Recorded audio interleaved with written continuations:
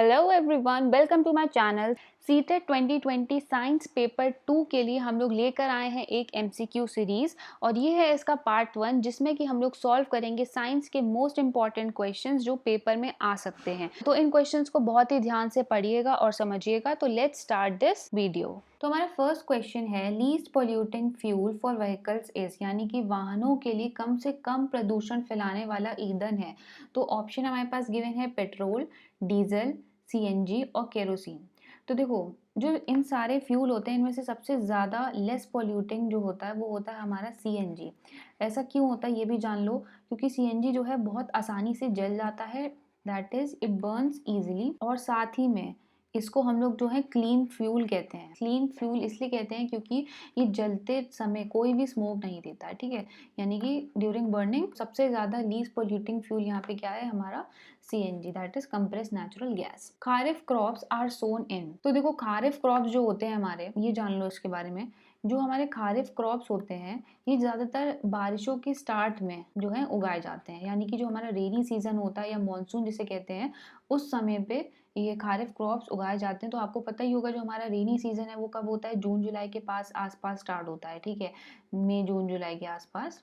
कुछ एग्जाम्पल कुछ क्रॉप्स के जो इस समय ग्रो होते हैं वो क्या होते हैं, मेज हो गया या मिलेट हो गया। तो इसका करेक्ट ऑप्शन क्या होगा, मानसून के टाइम क्या, मई जून का महीना क्या होता है हमारे बारिश जो होती है हमारी मई जून के टाइम पे स्टार्ट हो जाती है, और उसी टाइम पे जो खारिफ क्रॉप्स होते हैं वो ग्रो करते हैं। तो सेकंड का ऑप्शन का आंसर है हमारा बी पार्ट। तो नेक्स्ट है हमारा, which form of carbon is more rigid. Option है ग्रेफाइट, डायमंड, कोल और काजल। देखो, हमें पता है कार्बन के बहुत सारे एलोट्रोप्स होते हैं, ठीक है।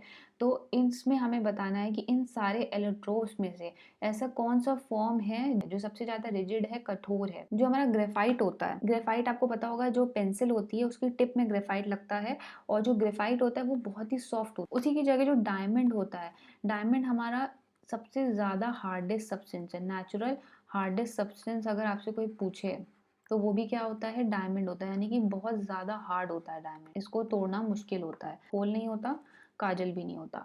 तो हमारा जो सेकेंड पार्ट है दैट इज डायमंड। डायमंड जो है कार्बन का वो फॉर्म है जो सबसे ज़्यादा रिजिड है। नेक्स्ट हमारा क्वेश्चन है, sound can travel through solids only, liquids only, gases only, या फिर सॉलिड, लिक्विड एंड गैसेज। तो साउंड यानी कि ध्वनि, साउंड जो होता है वो किससे ट्रैवल कर सकता है, सॉलिड से भी कर सकता है, लिक्विड से भी कर सकता है और गैस से भी कर सकता है, ठीक है। तो इसका करेक्ट आंसर होगा डी पार्ट। पर यहाँ ध्यान देने वाली ये बात है, जो साउंड होता है हमारा वो वैक्यूम से नहीं पास होता है, ठीक है। सॉलिड, लिक्विड, गैस से पास हो जाता है पर वैक्यूम से पास नहीं होता है। तो इस पे भी क्वेश्चन आ सकता है। अब देखते हैं next part, angle of incidence is equal to angle of reflection. First option always, option B sometimes, third option under special conditions and fourth option never. तो ये हमसे कह रहा है कि हमें पता है कि लॉ होता है कि angle of incidence angle of reflection के बराबर होता है, ठीक है।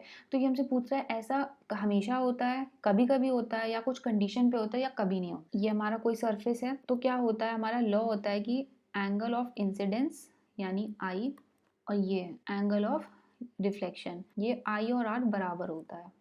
और ये क्या है हमारी, ये हमारी कोई रे ऑफ लाइट है, यानी कि जब लाइट किसी सरफेस से टकराती है तो वो उसी एंगल से रिफ्लेक्ट करती है, यानी कि जिस एंगल से वो सरफेस से टकराएगी उसी एंगल से वो रिफ्लेक्ट करेगी। तो angle of incidence is equal to angle of, और ऐसा जो है ये जो लॉ होता है ये हमेशा होता है, दैट इज ये ऑलवेज होता है, ऐसा नहीं कि कभी कभी हो रहा है, कुछ भी हो रहा है। तो इसका आंसर क्या होगा, ऑलवेज। तो बिल्कुल भी कंफ्यूज नहीं होना ऐसे वाले क्वेश्चन में। नेक्स्ट क्वेश्चन हमारा है, which of the following is not part of human respiratory system. Human respiratory system में के पार्ट होते हैं nose, nasal passage, trachea, bronchi, lungs और डायफ्राम, ठीक है। तो ये जो होता है ये हमारे किसके पार्ट होते हैं, ये सारे जो हैं हमारे पार्ट होते हैं ह्यूमन रेस्पिरेटरी सिस्टम की, ठीक है। तो अब हम लोग ऑप्शंस चेक करते हैं। लंग्स, लंग्स तो बहुत ही ऑब्वियस है कि लंग्स तो होएगा ही। डायफ्राम ये भी होता है। एसोफेगस, एसोफेगस नहीं होता है, ठीक है, तो ये नहीं है। और ट्रैकिया, ट्रैकिया भी हमारा पार्ट होता है। हमसे ये पूछ रहा है कि which of the following is not part of human respiratory system, तो आंसर क्या होगा, that is C part. Which of the following is not a vegetative part of a plant. Option A कह रहा है stems, option B leaves, option C flowers और option D roots. तो एक एक करके देखते हैं। पहला ऑप्शन यानी कि स्टेम, स्टेम क्या होता है, वो वेजिटेटिव पार्ट होता है। लीव्स, लीव्स भी हमारा वेजिटेटिव पार्ट होता है। फ्लावर्स, फ्लावर्स हमारा वेजिटेटिव पार्ट नहीं होता। फ्लावर हमारा क्या होता है, रिप्रोडक्टिव पार्ट होता है, ठीक है, क्योंकि यहाँ पे सारा रिप्रोडक्शन वाला काम होता है यहाँ पे, तो ये रिप्रोडक्टिव पार्ट होता है, वेजिटेटिव नहीं होता है, ठीक है, रिप्रोडक्टिव होता है। और रूट्स हमारा वेजिटेटिव पार्ट होता है प्लांट का। तो ये हमसे कह रहा है कि which of the following is not a vegetative part of a plant, ठीक है, तो यानी कि ऑप्शन क्या हो जाएगा, सी पार्ट हमारा आंसर हो जाएगा। फ्लावर्स वेजिटेटिव पार्ट नहीं, रिप्रोडक्टिव पार्ट होता है। तो अब ये क्वेश्चन कह रहा है, question number 8, which of the following could not be a unit of speed. Speed का यूनिट कौन सा ऑप्शन नहीं हो सकता, तो ऑप्शन हमारा kilometre per hour, option B है metre per second, option C है second per metre and option D है मिलीमीटर पर सेकेंड। तो देखो स्पीड का फॉर्मूला क्या होता है, स्पीड होता है डिस्टेंस अपॉन टाइम। तो देखो डिस्टेंस को हम लोग किस में मेजर कर सकते हैं, डिस्टेंस को हम लोग मीटर में मेजर कर सकते हैं, किलोमीटर में मेजर कर सकते हैं, सेंटीमीटर में, मीटर, किलोमीटर, सेंटीमीटर, ठीक है, मिलीमीटर, इन सब में मेजर कर सकते हैं। टाइम किस में मेजर कर सकते हैं, सेकेंड्स में कर सकते हैं, आवर में कर सकते हैं, मिली सेकेंड्स में कर सकते हैं, ठीक है, बहुत सारे यूनिट हो सकते हैं, मैं मेन में लिख रही हूँ। तो अब यहाँ देखिए हम लोग अगर यूनिट चेक करें तो किलोमीटर पर आवर, किलोमीटर और आर यानी कि यूनिट सही है। मीटर पर सेकेंड, मीटर और सेकेंड, ठीक है, ये दोनों यूज हो सकते हैं। अब सेकेंड पर मीटर तो नहीं हो सकता, क्योंकि सेकेंड जो है वो टाइम का होता है और मीटर जो है वो डिस्टेंस होता है, पर हमारा फॉर्मूला क्या है, डिस्टेंस अपॉन टाइम, तो ये वो ऑप्शन गलत। एंड ऑप्शन डी क्या है, मिलीमीटर पर सेकेंड, तो यहाँ पे क्या है, डिस्टेंस हम मिलीमीटर में मेजर कर सकते हैं और हम लोग टाइम सेकेंड्स में मेजर कर सकते हैं, तो ये भी ऑप्शन सही होगा।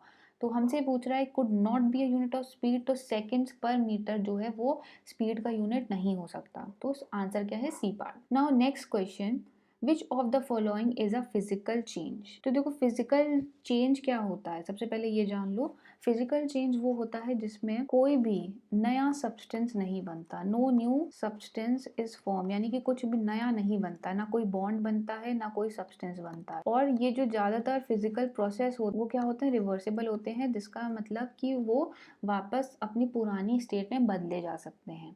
तो अब हम लोग एक एक करके ऑप्शन देखते हैं। पहला कह रहा है रस्टिंग ऑफ आयरन, जब आयरन में जंग लगती है तो क्या होता है, उसको हम लोग वापस बदल सकते हैं, नहीं बदल नहीं सकते। और ये किसके प्रेजेंस में होता है, मॉइस्चर वाटर, इन सब के साथ जो है आयरन रिएक्ट करता है ना, तब जाके हमारा रस्टिंग होती है। तो ये क्या है, ये केमिकल चेंज है, क्योंकि इसमें क्या है, एक नया सब्सटेंस बन रहा है। तो ये ऑप्शन तो क्या है, फिजिकल चेंज नहीं हो सकता। फिर कह रहा है कंबशन ऑफ मैग्नीशियम रिबन, अगर हम लोग मैग्नीशियम के रिबन को जलाएंगे, ठीक है, तो क्या होगा, एक नया सब्सटेंस बनेगा, तो यानी कि इसमें क्या हो रहा है, रिएक्शन हो रहा है और एक नया सब्सटेंस बन रहा है, तो ये भी फिजिकल चेंज नहीं होगा और ये रिवर्सिबल भी नहीं है। थर्ड है हमारा बर्निंग ऑफ कैंडल, जब कैंडल जो है जब जल जाती है तो आपने देखा होगा वो खत्म हो जाती है ना, तो इसका मतलब ये है कि इसको हम लोग रिवर्स नहीं कर सकते। जली हुई कैंडल को क्या वापस कैंडल में बना सकते हैं, नहीं बना सकते, तो क्या है, ये रिवर्सिबल नहीं है। फिर आता है मेल्टिंग ऑफ वैक्स, तो देखो ये ऑप्शन में जो वैक्स होती है, हम लोग अगर उसको मेल्ट करें उसके बाद हम लोग वापस उसको फ्रीज कर दें, तो वैक्स क्या है, वैक्स वापस अपनी स्टेट पे आ जाएगी, दैट इज ये जो प्रोसेस होगा वो क्या होगा, रिवर्सिबल होगा। तो ये ऑप्शन हमारा फिजिकल चेंज है, क्योंकि हम लोग वैक्स को वापस बदल सकते हैं और इसमें साथ ही में कोई नया सब्सटेंस नहीं बन रहा, तो ऑप्शन क्या होगा हमारा, D part, that is melting of wax, क्या ये एक फिजिकल चेंज है। नेक्स्ट क्वेश्चन देखते हैं, identify the non metal which exist in a liquid state in a room temperature of 25 degree Celsius. तो ऑप्शन है इसका एल्यूमिनियम, मरकरी, आयोडीन और ब्रोमीन। तो हमसे ये कह रहा है कि ऐसा कौन सा नॉन मेटल है जो एग्जिस्ट करता है लिक्विड स्टेट में और वो भी रूम टेम्परेचर पे, ठीक है, तो एल्यूमिनियम नहीं। नेक्स्ट हमारा मरकरी, मरकरी क्या, मरकरी लिक्विड पे रहता है, पर मरकरी क्या है, मरकरी एक मेटल है, ठीक है, नॉन मेटल नहीं है। हमसे क्वेश्चन में क्या पूछ रहा है, हमसे नॉन मेटल पूछ रहा है। थर्ड ऑप्शन है हमारा आयोडीन, आयोडीन नहीं होगा। फिर आता है ब्रोमीन, ब्रोमीन भी हमारा क्या है, लिक्विड में रहता है हमारे रूम टेम्परेचर पे, और ये साथ में ये क्या है, ये एक नॉन मेटल है। तो हमसे पूछ रहा है कि कौन सा नॉन मेटल इसमें एग्जिस्ट करता है लिक्विड स्टेट में, यानी कि क्वेश्चन पूछ रहा है कि वो नॉन मेटल भी हो प्लस लिक्विड 25 डिग्री सेल्सियस, ठीक है, तो हमारा क्या होगा आंसर, डी पार्ट ब्रोमीन होगा। अगर ये क्वेश्चन यहाँ पे ये पूछ रहा होता कि मेटल बताओ, metal plus liquid at room temperature, तो क्या हमारा आंसर होता, तब हमारा इस क्वेश्चन का आंसर होता हम मरकरी, ठीक है। तो ये इंपॉर्टेंट क्वेश्चन है, इससे ये दो क्वेश्चन दोनों बन सकते हैं, तो ध्यान देना कि इसका आंसर क्या होगा, ब्रोमीन होगा। तो ये थे हमारे आज के कुछ इंपॉर्टेंट 10 क्वेश्चंस। आई होप ये क्वेश्चंस आपको समझ आए होंगे, एंड प्लीज गाइस कमेंट करके जरूर बताना कि आपके इन 10 क्वेश्चंस में से कितने आंसर राइट हुए, एंड आगे के क्वेश्चंस हम लोग नेक्स्ट पार्ट में सॉल्व करें। Till then bye, thank you.